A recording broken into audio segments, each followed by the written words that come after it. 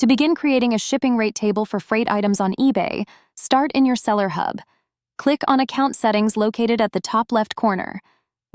Next, scroll down and click into Business Policies. Here, you can either create a new policy by clicking the blue button on the top right and selecting Shipping, or you can choose an existing freight shipping policy if you want to attach a rate table to it. When you're selecting your shipping policy while listing through eLink, you'll only see the policy name. So, name it precisely. I recommend including the service, handling time, and the rate table in the name. If needed, you can have separate ones for engines, transmissions, etc. If you have additional details to include, make sure to add them as well. As you proceed, you'll need to pick the shipping method. Many might think you should choose freight, large items that require special handling, but that's not correct here. That option requires a manually quoted freight cost for buyers on an individual basis.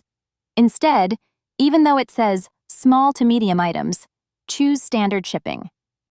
Then, proceed to select flat, same cost to all buyers, which is where we're choosing our flat rate freight service. You have the option to offer free shipping if you prefer, and you can adjust product pricing to include any local shipping charges. But a word of caution. If you opt for free shipping, Google Shopping will display it as free shipping until the buyer checks out, which might cause confusion and a negative shopping experience. Sellers have received negative feedback due to this confusion, as buyers don't realize they're being charged for shipping at checkout. So here's my recommendation. Since the rate table will override this information upon checkout, enter a median shipping cost here. This is what buyers will initially see when shopping within Google, then the rate table will override upon checkout. When shopping in eBay directly, the buyer will see the amount reflected in the rate table for their region. This way, what's reflected on Google won't show free shipping. Although the price changes at checkout, at least it doesn't initially show as free shipping. Moving on. If you already have a rate table selected, that's great.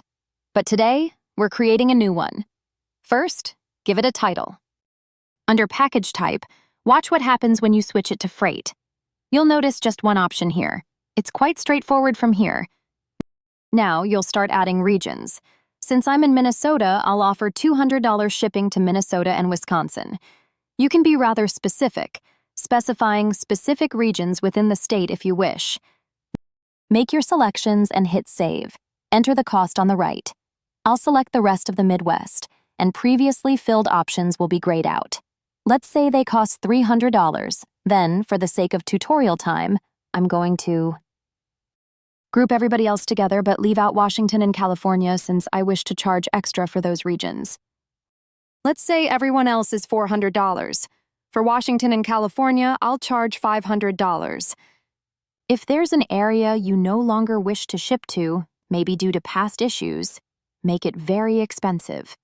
Ensure all fields are filled. Unfilled ones will default to the amount listed within the shipping policy itself from the previous step. You can leave the other category blank. I'll show you how to ensure you don't ship to those areas. Hit Save. Ensure the proper rate table is selected. You can decide on local pickup with the toggle. Set your handling time, and for exclusions, make sure to select Alaska, APOs, U.S. protectorates, and scroll down for PO boxes. Once done, hit Save. Your shipping policy will be available for use in eLink right away. If it's not showing in eLink right away, refresh the page. For any questions, email us at ebay@hollanderparts.com or comment below. Thank you.